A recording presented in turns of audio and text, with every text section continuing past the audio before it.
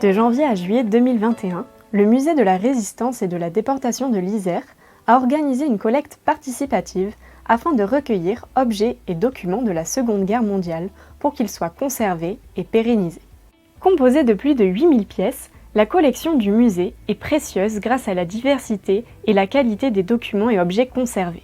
Plus de 80 affiches, des dessins originaux, de nombreuses photographies, des objets liés à la vie quotidienne, des armes, des faux tampons de l'administration, des souvenirs de déportés ou encore des témoignages audio et audiovisuels sont présents dans les réserves.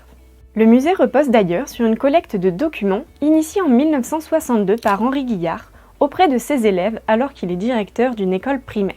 Cette collecte permet alors de constituer la première collection du musée. Elle est enrichie depuis plus de 50 ans par de nombreux dons et acquisitions, toujours avec l'objectif de préserver et de conserver ces objets qui ont fait l'histoire. Ceci est toujours au cœur des missions prioritaires du musée.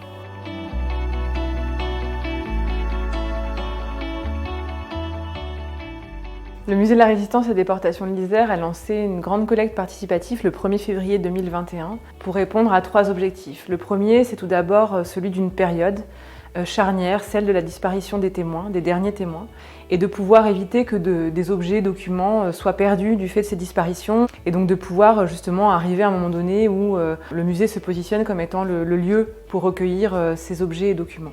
L'autre objectif, c'était évidemment de pouvoir développer les collections du musée. Il nous semblait important de pouvoir continuer cette politique d'acquisition importante, dynamique, et de pouvoir bénéficier justement de ces donations. Et puis enfin, le troisième objectif, c'est évidemment un objectif de transfert du musée au sein du Palais du Parlement du Dauphiné, et donc de pouvoir aussi avoir une collection et retrouver la place centrale de la collection au sein de ce futur projet.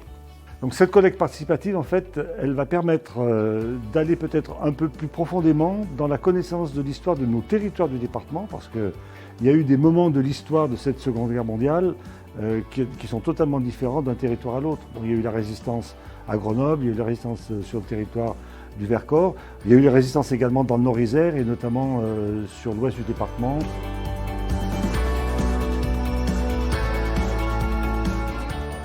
Alors le rôle de l'ambassadeur, c'est de faire passer un message, de communiquer sur quelque chose qui nous paraît intéressant au niveau de notre association.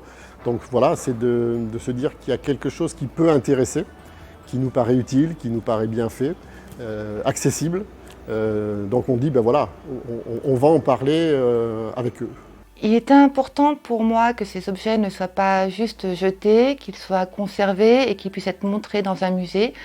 À Grenoble, on a la chance d'avoir le musée de la Résistance qui est là, qui est présent et qui fait des choses, des actions. Et pour moi, ces documents, ils ont leur place là-bas pour que toutes les générations à venir puissent y avoir accès, puissent le voir, les découvrir, et que ce ne soit pas seulement dans une mémoire collective, que les objets soient présents.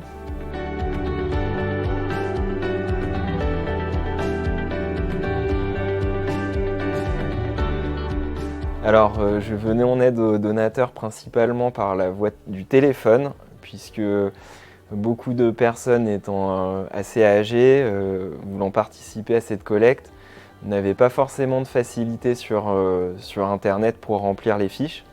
Donc ils nous contactaient directement par téléphone. Alors on a reçu plus de 200 propositions de dons depuis début février, ce qui fait en moyenne 2 propositions de dons par jour, sachant qu'on a eu des périodes où on a reçu plus que d'autres.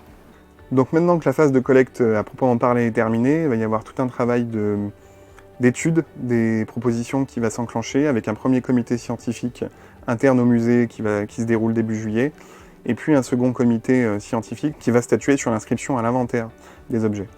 Une fois ces 2 phases achevées, il sera temps de venir récupérer les objets directement chez les donateurs, et puis va s'enclencher toute une phase de saisie donc dans nos bases informatiques avec différentes informations à croiser, à rechercher, des événements, des lieux pour avoir une vision un petit peu en 3 dimensions de l'histoire de ces collections. Et puis la gestion des collections classiques va reprendre son cours et ces objets seront intégrés dans le courant de la collection, pourront être valorisés par des mises en ligne ou des publications et être mis à disposition d'un public de chercheurs ou lors d'expositions.